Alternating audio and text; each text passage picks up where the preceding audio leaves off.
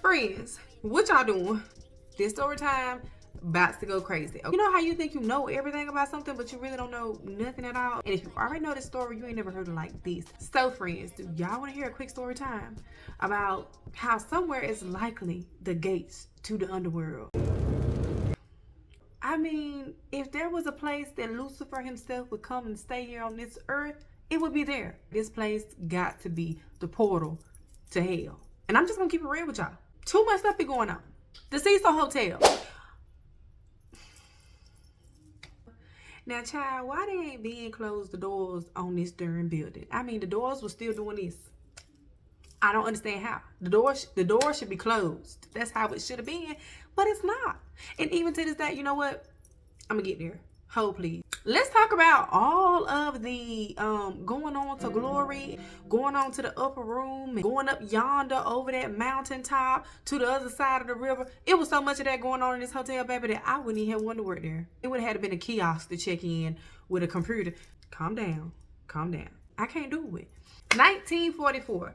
Dorothy Jean Purcell.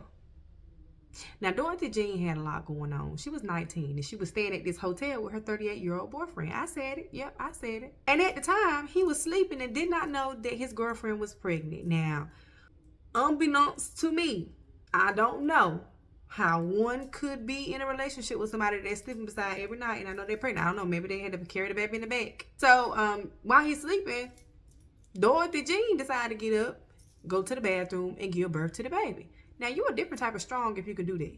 Because even with an epidural, it hurts. It hurts so bad, y'all. It hurt bad. She goes to the bathroom, give birth to the baby, and what she does next is just downright disgusting. She takes the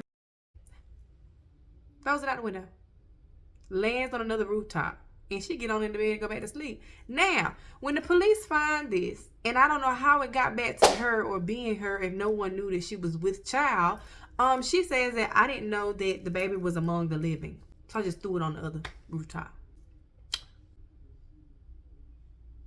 Now listen, I ain't no rocket scientist, but never mind.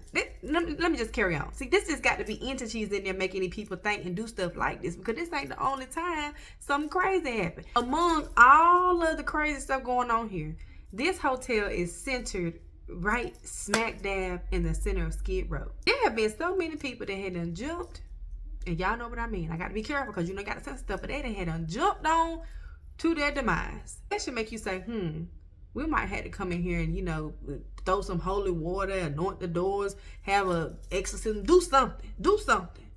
Because something ain't right. Pauline Otten, 1962. Now, when I heard this story, I said, baby, I wonder what that argument was about. Now, her and her husband was staying here at this demon hotel. They hadn't got arguing, which one could expect when something so negative and just dark is just looming over this place. The husband left. I was going to blame him, but he left. Now, 2 people were found on the ground, and it was suggested that they both jumped. But here's what really happened. The argument was so bad that she decided to jump. But when she jumped, she landed on George Gianni. This woman was maybe 27, 28. George was 65. When the police found his body, hands were still in his pocket, shoes were still on, and they discovered that he could not have jumped with her, because if he had, his shoes probably would have came off mid-flight.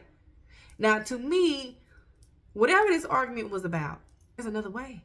There's another way. Friends, there's another way. If you think about it, don't do it. It's another way.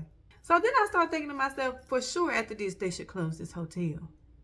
Don't you think that? Don't y'all think? I think that. Because, baby, the amount of let it go that was going on at this hotel is beyond me. So this hotel, it just has a knack for just attracting the most deepest, darkest type of beings, including Richard Ramirez. If y'all know who he is the Night Stalker. Have you ever heard of the Night Stalker? Just the name in itself just says what it's supposed to say. So the Night Stalker also stayed in this hotel, and at this time, he was staying on the top floor. So he stays on the top floor. He goes out during the daytime and do his stalking and whatever else he had to do. And baby, he take the clothes off and throw them in a dumpster and mosey on into the hotel, booty butt ball naked. Now, at the time, people say that was normal. They 1980s, Skid Row, LA. It's normal to see men waltzing through the hotel, booty butt ball naked. And it's normal to find bloody clothes in the dumpster because you got a bunch of people who are addicts that are in that alley. So he was just getting away with it. Not only did it attract him, it also attracted somebody else named Jack Unterweger. Now listen, y'all, if y'all on my TikTok, y'all know how I feel about Jax. Jax is always in something. All the story times, all the fairy tales, something about Jack. Now Jack was from Australia. Jack had a whole lot going on, okay? He was convicted of sending somebody on to glory and sentenced, right? But while he was in there, he actually got paroled in 1990 because they wanted him to write for them. They thought he was such a great writer. So he gets out in 1990, moves to LA, and continues the spree, okay? Y'all know what the spree is. And guess where he was staying at? Cecil. Y'all guessed it. Y'all right. I know. At this point, you would think we'd have had 2 serial people. We'd have had people jumping. We'd have had people throwing back. Close the doors. That wasn't enough. 2013.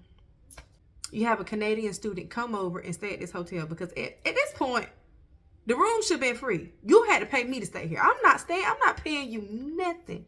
Now, when these serial people were staying there, one but $14 a night, baby, you had to pay me $25,000 a night if you want me to stay there. And I might not even stay. I just come in and look. I don't even want to go in. I don't even want to ride by, baby. I just, have y'all seen? Let me put the picture back again so y'all can see this hotel. Not at all. Canadian student comes over. She stays in this hotel. Now, yes, the student did allegedly have some mental issues going on. But what happens next is just mind-boggling to me. She goes missing. And when they go back to try and figure out where she went or what happened to her, they see footage of her on the elevator, seeming like she's talking to someone or just out of it.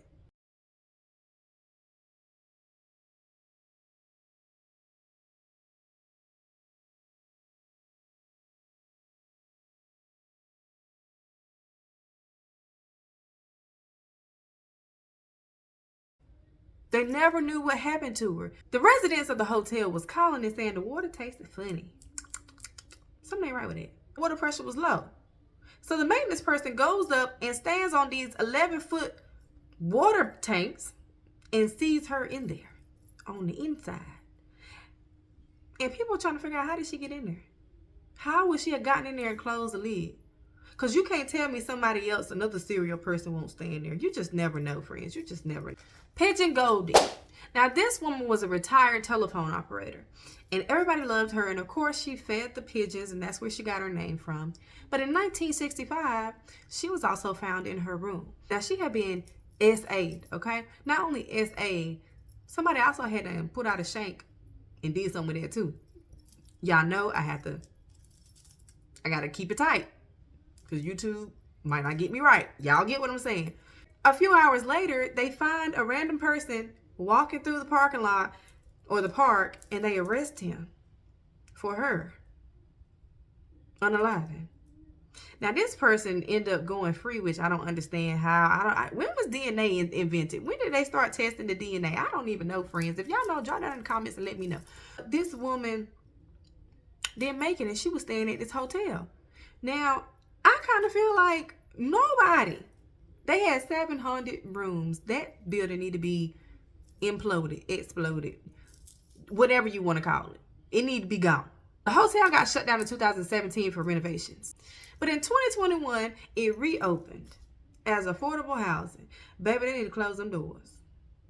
Because ain't no telling what's going to happen next. Well, friends, I don't know what y'all think about this story. Y'all let me know down in the comments. If y'all want to see something else, please feel free to ask me, because I got you, friend. And until next time, I ain't got no more questions, and I don't need to know. I'm going to call y'all back later. Bye.